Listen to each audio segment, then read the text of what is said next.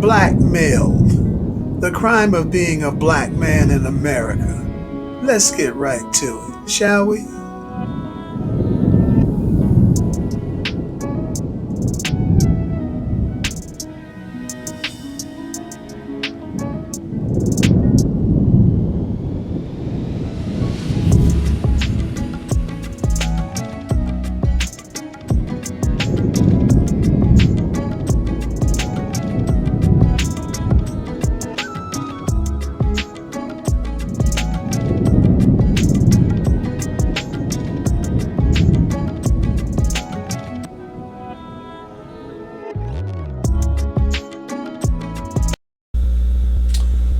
Hello again, J-Spot peeps, and welcome back to the J-Spot. I'm your host, Mr. J. And for those of you who have subscribed thus far, thank you so much. We really do appreciate your support. And for those of you who are stopping by for the first time, welcome. And we hope that if you enjoy this content, you would subscribe. Make sure you hit that notification bell. Share this with your family and friends. Give us a like and drop a comment. We would love to have our subscriptions up to 500 by the end of the month, and we're almost there. In the last two-part series that we posted, Willie Lynch and the pattern of learned behavior in the black community, I discussed the Willie Lynch manifesto, Let's Make a Slave, and its intended purpose. One, in the first video, I talked about the objective of indoctrinating the black female slave. Willie Lynch did this and proposed this because he understood that if he got control of the black female slave, then he would have control of her offspring. And he did this by way of two things: physical violence and psychological trauma. Physical violence being heaped upon the black male slaves, in some cases the female's husband, some cases another woman's husband, and the psychological trauma, number two, of the females witnessing this physical violence against the male slaves, therefore ensuring that she would protect her offspring from that violence, that type of violence, by training, bringing up the child to obey everything the master said. And in the second part, and in the end of the first part, I posed four questions. What segment of the black population does the American economic system target more? Black women or black men? Second question. What section of the black population does the American criminal justice target more? Black men or black women? And why? Both cases, why? Third question. What family unit in America does the American social service system target more for dismantling? Black families or white families? And why? And the fourth question, what section of the black population is affected more by these targetings? So, let's focus on, in this video, we're going to focus on expanding a little bit more on the second question. What section of the black population does the American criminal justice system target more, black men or black women? And the reason for this, we know why. Well, let's explore why first. Just as in when the master would emasculate the black male and sometimes murder him violently in front of the female slaves, he did so because he had to remove the black man from the picture, either by weakening his position in his own household or just getting rid of him completely. Also, I talked about how in the 50s in Detroit, the black man would be removed from the home if his woman or his wife or his partner wanted welfare. He had to leave. In his absence, the American economic system got control of his wife, because they would basically tell him, as long as he's in that house, you're not going to continue to get money. And then they would lock him up. They would incarcerate him. Target number one. targeting. And of course they did that in Reconstruction, didn't have control of the slaves, so they would lock the black man up for standing around, which I'll get into later. And then fast forward now with present day America, same thing. Black man can't stay in the house with his baby mama, as they call them now. Social services want you out. You discipline your child. Granted, some people go overboard, but as blacks in this country, we always disciplined our children. But then, of course, when we integrated schools, that was another way for them to target our families. You can't discipline your child anymore. We're going to lock you up, take your child from you, DIFUS and all that other kind of stuff. Think about it. So, and then of course, who's affected more by this? The children. The children. Again, gain control of their offspring. Not so much gain control of them so they'll do everything you want them to do. The seriousness of this is that they wouldn't do what you want them to do. They buck the system because, as I said in the other video, children who are raised in a functional family structure will generally forfeit the street game and perpetuate education and structure through marriage, through marriage and, as I said, education and activism. They won't run wild in the streets. But again, and I digress, let's go back to the black male and how this is achieved. And how, like I said, it was covertly done. Once they realized, as Willie Lynch said in the opening quote of the second video, once they realized if you introduce a different type of language to the slave that's in the pig pen, the hog sty, and he begins to value other than where he is, then you've got a problem. Because now he will understand that his imagined comfort, his comfortability was always in his mind. He wasn't really comfortable. He was only comfortable because you made him believe that. But now that he sees something different, it's like a steak and a hot dog. You love a hot dog as long as that's all you know about. But as soon as you see a steak, you don't really care much for the hot dog anymore. So,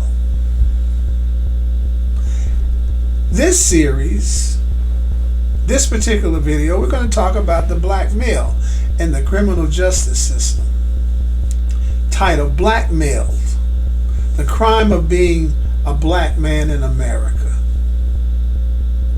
This is something I wrote years ago, but I'm going to present it more in the present tense. Several years ago, I was watching on TCM, Turner Classic Movies, the 1940 film titled I Take This Woman with Spencer Tracy and Hedy Lamarr. The reason I mentioned the story has only to do with a certain exchange of dialogue. A white woman asked the butler, played by the great Willie Best, whose name in the film of all things was Sambo. Can you believe that? They actually had the audacity to name him Sambo in the movie. She asked Sambo if he ever sees spots before his eyes. Well, wouldn't you know it? Sambo answers by pumping his fist and motioning as though he's tossing dice. Spots. Signifying that the questionable behavior was criminal behavior, was the only way he could relate to what the woman spoke of.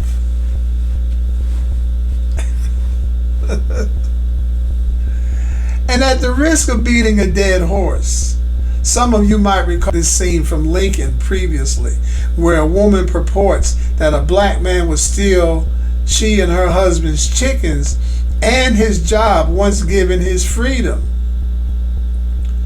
If he were a slave once given his freedom, somehow being a freed black man translated into criminality on his part. Just because he's a free man, he's a criminal. However, what better way to justify keeping us in chains in 1865, or for that matter, keeping us in chains, invisible or not, in the 21st century, than to portray us as something black men at their core are not? Criminals. Yeah, I know someone out there is all up in arms about me saying the man is keeping us down. But just because I'm paranoid doesn't mean no one's following me. Moreover, if what is happening throughout the justice system, Republican state houses, and in Washington isn't proof enough that black men continue to face the ire of mainstream America, well, apart from resisting and wanting to whoop his captors behind, what crime do you imagine the first African male kidnapped for the purposes of slavery committed to give white folks that idea? Heck, ever since black men arrived in America, we have been cast as murderers, thieves, and potential rapists of white women. Notice I said white women and not women, as in black and Native American, because the sexual assault of black and Native American women in those days didn't count. However, history does nothing to support the claims that black men were sexually assaulting women. On the contrary, it was the white man who was doing all the sexual assaulting. For example, Native American women, slave women, and little slave boys. That's right. Don't for 1 minute think that white men were not sexually assaulting little black boys, that white men sexually assaulting little white boys was limited to priests in the 20th century. By the way, on the subject of stealing and murdering, what do you call casting a net over someone's head and spiriting them away to another country against their will, or displacing a people to steal their land? What do you call beating someone to death and having horses rip their bodies apart, or the slaughtering of entire villages? Can you say Trail of Tears?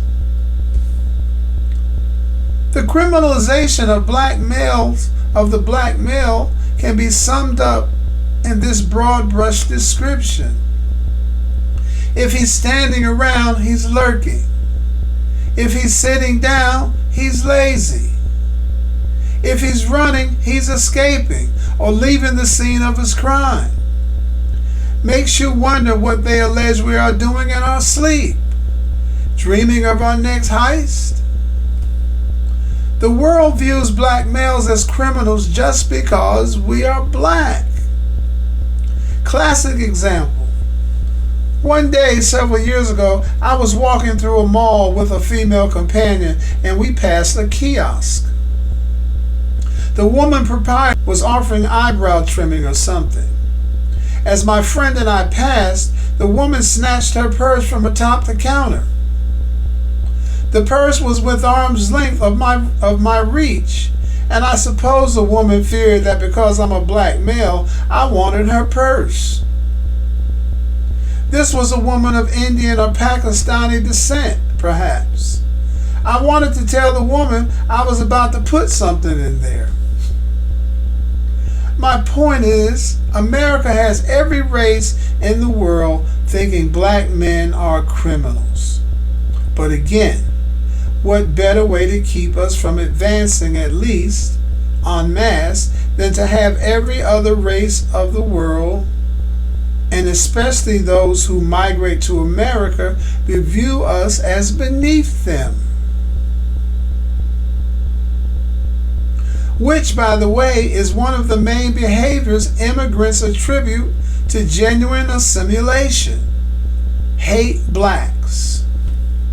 I'm reminded of that Richard Pryor skit about recent immigrants to America attending citizenship classes.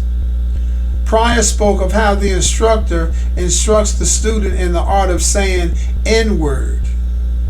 The students rapidly repeat in unison, N-word, N-word, N-word. After which, a student asks the instructor how they will know when they have the correct phraseology. The instructor replies, when you get your ass kicked, you know you got it right. The most unfortunate aspect of this phenomenon is the rigged system that, despite vigorous denials by those on the right, to make the fantasy that black men are criminals a reality. They do this through lackluster education initiatives, school-to-prison pipelines, profiling, unfair sentencing laws, social service rules that encourage women to lie and discourage participation by the father, by punishing the mother and child, and child support laws that encourage women to lie and punish, again, fathers for not participating. For black men in America, this eerily resembles when dolphins encircle schools of tuna, leaving them no path of escape, mistakenly believing that that following the rules of survival and that going where authority leads means safety. The haunting reality, however, is authority leads you out of the mouth of one enemy into the mouth of another. For the tuna, you either die and or end up in a can. Either way, you get swallowed up. For the black man, you either die and end up in a box or live and end up in a can. Either way, you get swallowed up. Thank you once again, J-Spot peeps, for spending some of your valuable time here with me in the J-Spot. And if you like this content and enjoyed the message, please make sure you subscribe for those of you who have not already done so. Give us a like. They really mean a lot. Share this content with your family and friends. And make sure you hit that notification bell and drop a comment. And make sure that you come back to see me, because we have a lot more discovery to do and a lot more purpose to pursue. And stay tuned for a special poem at the end. In the meantime, peace.